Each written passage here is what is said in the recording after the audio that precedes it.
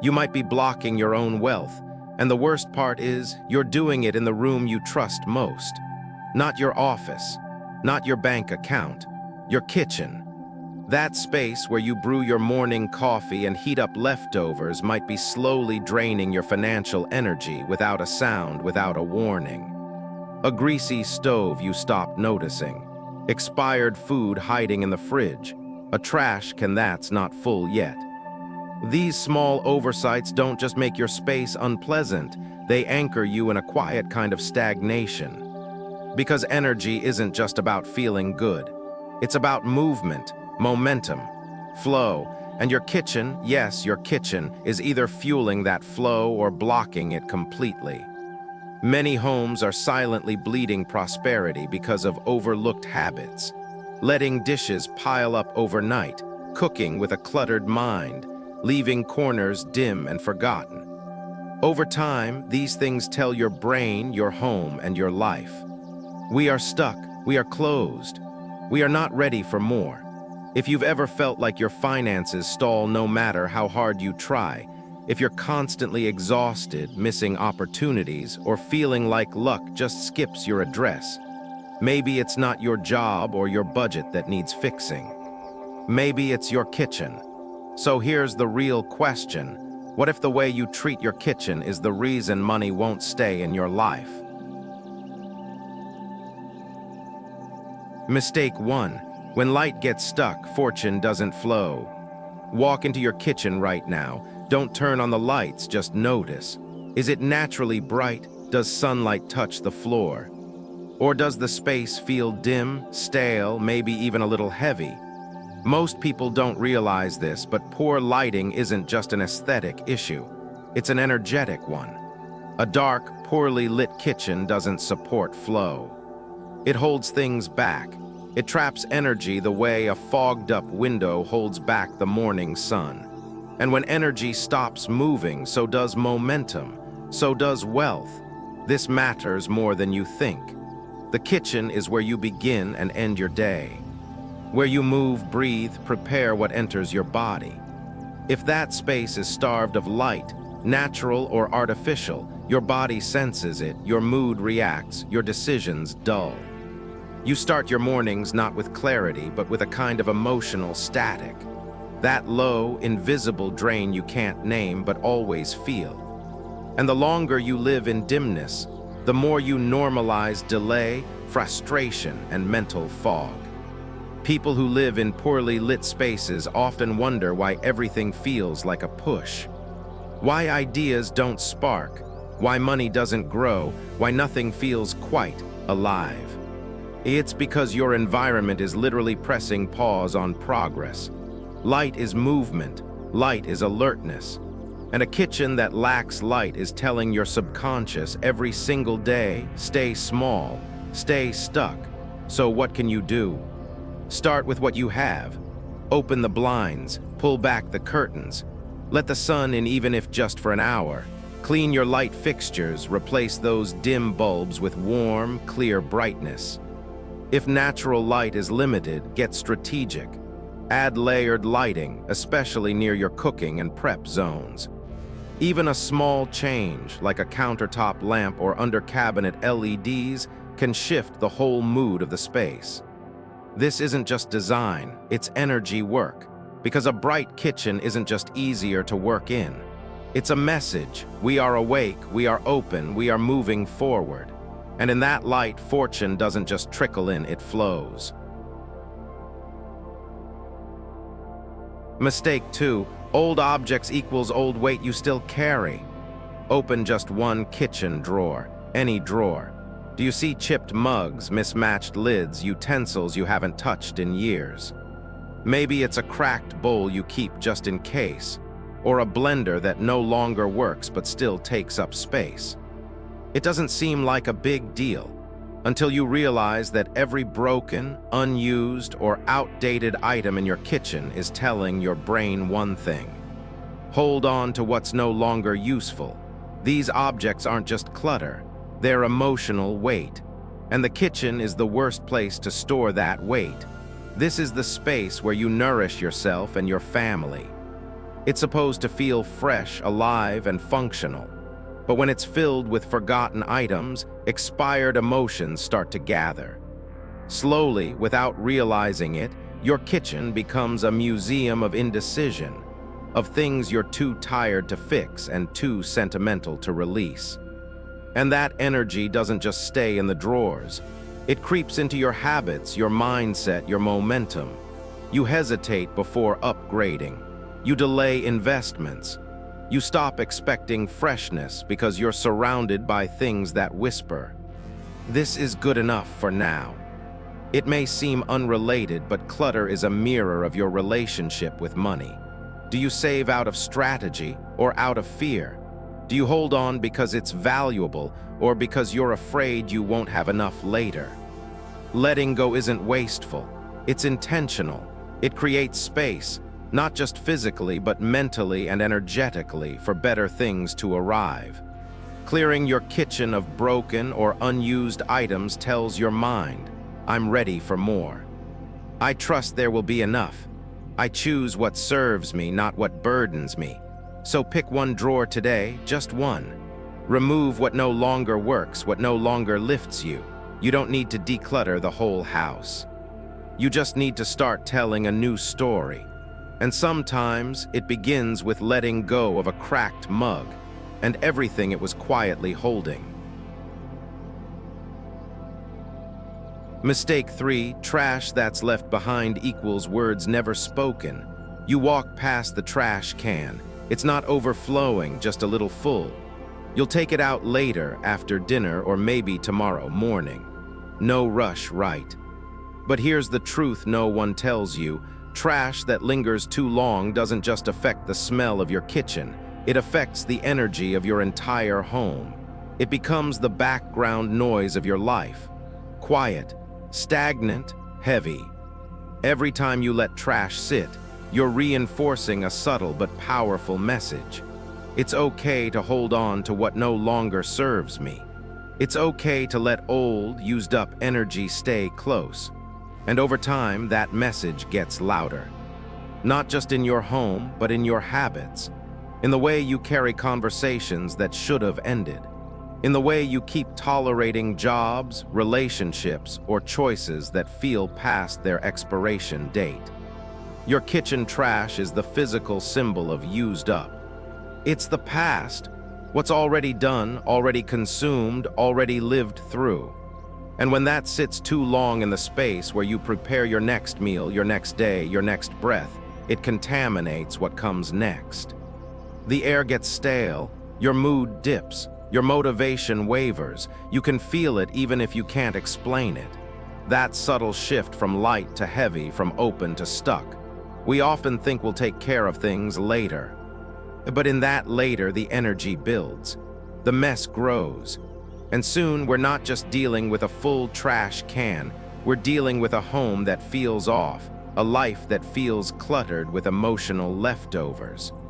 The tiniest act, delaying a chore, can ripple outward into how you manage your time, your boundaries, even your finances. Taking out the trash isn't just about cleanliness. It's a ritual of release. A declaration that says, "I let go of what's done. I clear space for what's new. I respect my space enough not to let it carry what no longer belongs here." And in a world where everything feels loud and fast, this small act is grounding. Quiet, empowering. So tonight, don't leave it for later. Walk that bag outside. Hear the sound it makes as it lands in the bin. Close the lid. Feel the shift. That's not just trash leaving your house. That's stuck energy releasing its grip. That's the moment you're home, and your life starts breathing again. Mistake 4, a cluttered fridge freezes your prosperity. Open your fridge, not just glance, really look. What do you see? Expired sauces in the back, leftovers you've forgotten, produce that went bad before you touched it. Most of us treat the fridge like a cold storage unit, out of sight, out of mind. But here's the problem: your fridge isn't just holding food, it's holding energy. And when it's crowded, stale, or filled with waste, It becomes a vault where abundance goes to die. Your refrigerator is a symbol of abundance. It's where nourishment lives. It's one of the few places in your home that's directly connected to your sense of provision. When it's organized, fresh, and easy to navigate, it quietly tells your subconscious, I have enough. I am cared for. I know how to manage what I've been given. But when it's jammed with clutter, things you forgot, things you don't want to deal with, things you're avoiding, it sends the opposite message. I'm overwhelmed. I'm behind. I can't keep up. It's not just about food. It's about trust. The way you manage your fridge often mirrors the way you manage your money, your time, your energy. Do you overbuy out of fear of running out? Do you hoard just in case? Do you let things spoil because you're too distracted to use what's already there? These are not just kitchen habits. These are clues about how you're moving through life. And energetically, spoiled food is no small matter. It creates odor, attracts bacteria, and fills your kitchen with a kind of unseen weight. Even if the door is closed, that energy doesn't stay locked in. It seeps out, coloring the tone of your space and your mood. It becomes harder to feel light, motivated, or open to new ideas when a literal box of decay sits humming in your kitchen. So here's your reset. Take 15 minutes, pull everything out. Toss what's expired or forgotten. Wipe down the shelves. Organize the food you actually use. You don't need it to look Pinterest perfect. You just need it to breathe. Every cleared space becomes an invitation for clarity, for freshness, for flow. Because when your fridge feels like a place of care, not chaos, you start showing up that way in your life. You make clearer decisions, you waste less, you feel calmer. And slowly, without forcing it, prosperity doesn't just arrive, it has a place to stay. Mistake 5, unwashed hands equals lost blessings in your food. You've done it. Everyone has. You come home, hungry, tired, thinking about dinner. You toss your keys on the counter, start prepping ingredients, and somewhere between checking your phone and opening the fridge, you skip one simple step. Washing your hands. It seems harmless, quick, forgettable. But what you carry on your hands, you transfer into your food and into the energy of your home. Hands are connectors. They touch everything, your steering wheel, your doorknob, your dog, your face, your screens. They pick up not just bacteria, but energy. Rushing, frustration, stress, even numbness. And when you cook without pausing to wash them, you bring the residue of your entire day into the very thing meant to nourish you. Cooking isn't just a task, it's a ritual. Whether it's scrambled eggs or a full dinner spread, it's the act of turning raw ingredients into warmth, comfort, sustenance. But that ritual begins before the first chop. It begins with how you enter the space, how you center yourself, and yes, how you cleanse what's been clinging to you all day. Washing your hands is not just hygiene, it's an energetic reset. When you skip it, the meal may still taste fine, but it's missing something. A layer of care, of intention, and your home feels that. Over time, cooking becomes rushed, disconnected, joyless. Meals lose their emotional nourishment. Family members pick up on that shift, even if they can't name it. The kitchen feels colder. The table grows quieter, but the opposite is also true.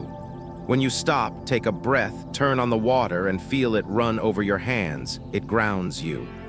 It tells your nervous system, we're shifting now. From doing to being, from outside chaos to inside calm. And that shift doesn't just make the food cleaner, it makes it carry peace. It makes it feel safe to receive. It's a small act. Barely a minute. But in that minute, you remind yourself, I am here. I am intentional. I am preparing something with care. And that mindset flows into every bite, into the air of your home, into the quiet ways your family feels nourished, not just fed. So tonight, when you reach for that cutting board, pause, wash your hands slowly. Let it be a moment of mindfulness. Let it mark the line between what came before and what you're creating now. Because when you begin with clean hands, you're not just removing germs, you're restoring blessing. Mistake 6, a dull knife equals a dull life. It's just a knife, right? You pick it up, try to slice a tomato, and it crushes more than it cuts.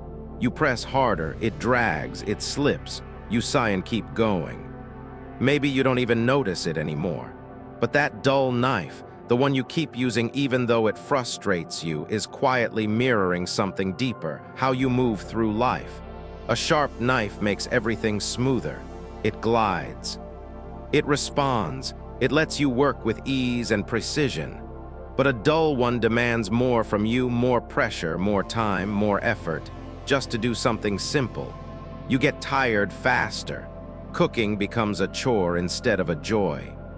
And over time, your energy in the kitchen shifts from light to drained.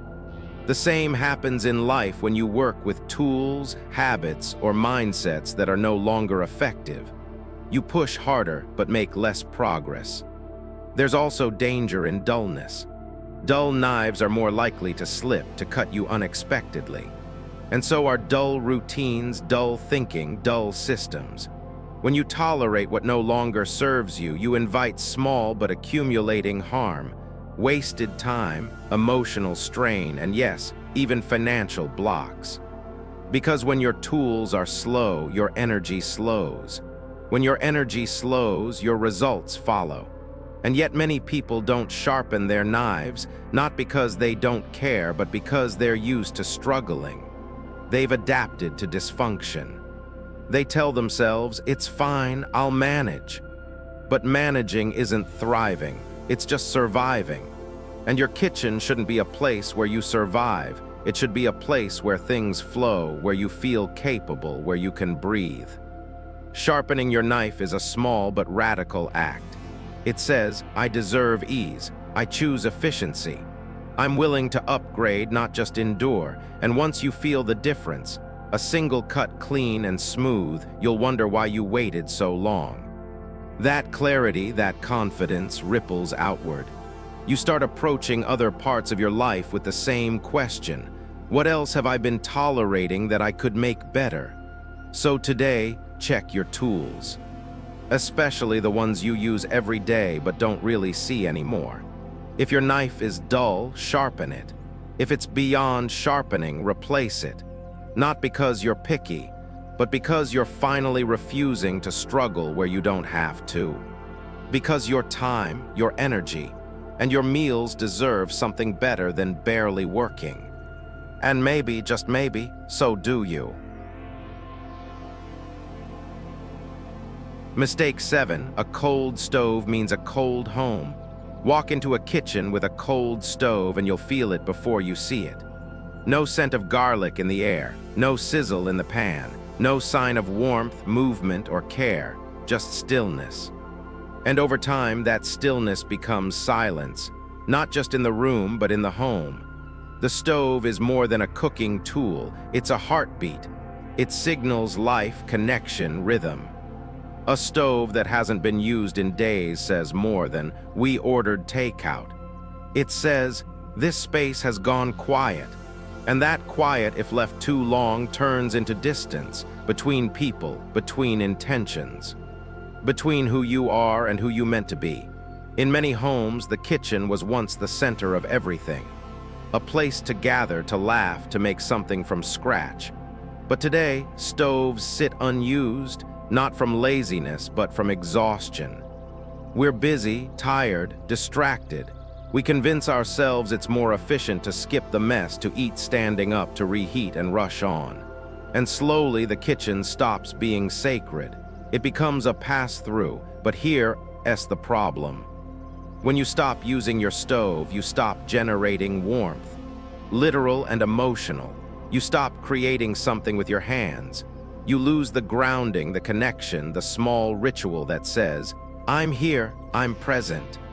I'm caring for myself or someone I love. And that matters because warmth in the kitchen spills over into warmth in the home. When the stove is alive, people linger, they talk, they unwind. A hot meal, even something simple, signals, this is a place where you're fed, where you matter. When that disappears, so does something intangible, togetherness. This isn't about cooking gourmet meals or spending hours in the kitchen. It's about lighting the fire, literally and symbolically. Scrambling eggs, heating soup, making tea. Small acts that keep energy moving, connection flowing, and intention alive. The stove doesn't need to burn brightly every night, but it needs to be remembered. It needs to feel your presence, your hands, your willingness to create. So if your stove has gone cold, this is your invitation. Not to cook perfectly, but to begin again.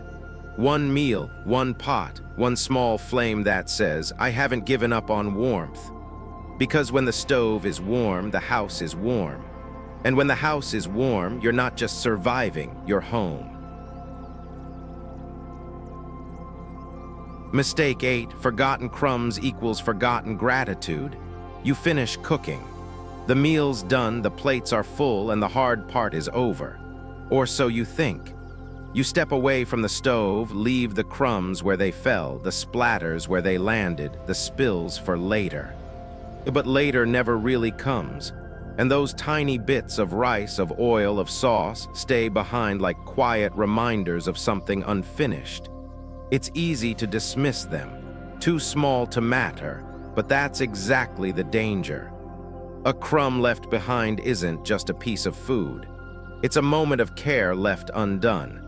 And the more often you leave the kitchen half clean, the more you reinforce a pattern. I stop before completion. I leave loose ends. I rush past the final step.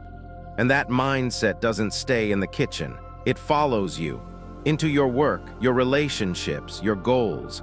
What starts as a forgotten crumb becomes a forgotten thank you, a missed opportunity, a delayed decision. The kitchen, more than any other room, reflects how you tend to the details. It's where small things add up quickly, both in mess and in meaning.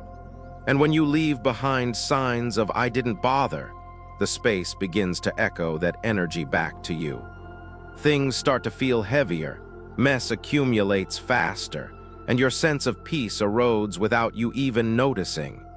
Gratitude lives in the follow-through, in the 5 seconds it takes to wipe down a counter, in the soft clink of a cloth wrung out in the care of putting things back where they belong. These aren't chores, they're gestures. They say, I honor what fed me. I appreciate the space that holds me. I'm not too busy to show up for the final, quiet act of completion, because forgotten crumbs are never just physical. They signal a kind of emotional forgetfulness too, a drifting away from the present moment, a loss of reverence for the everyday. And when that becomes habitual, life begins to feel fragmented, like you're always halfway in, halfway out.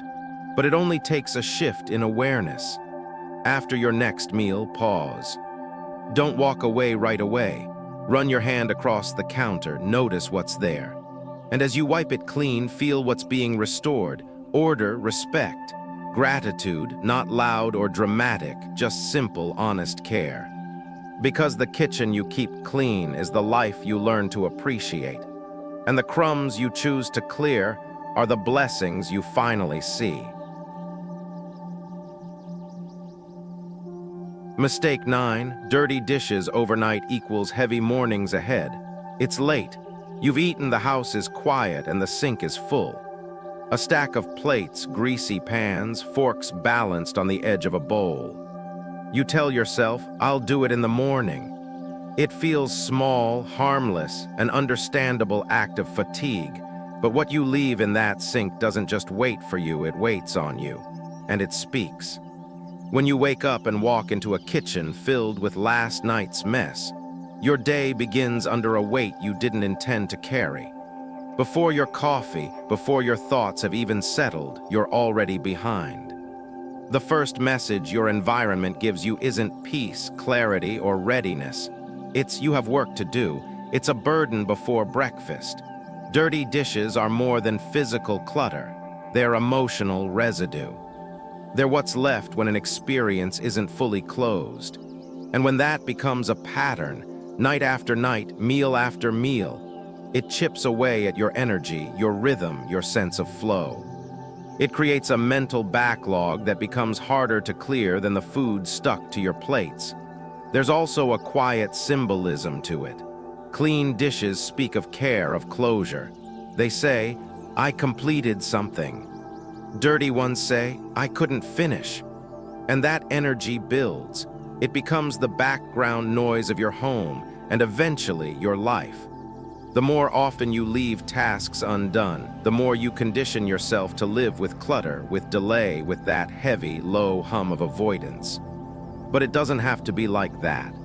The act of washing dishes, yes, even when you're tired, isn't just a chore. It's a gift to your future self. It's a way of saying, tomorrow deserves a clean start. It's an act of respect for your space, your energy, your ability to begin fresh.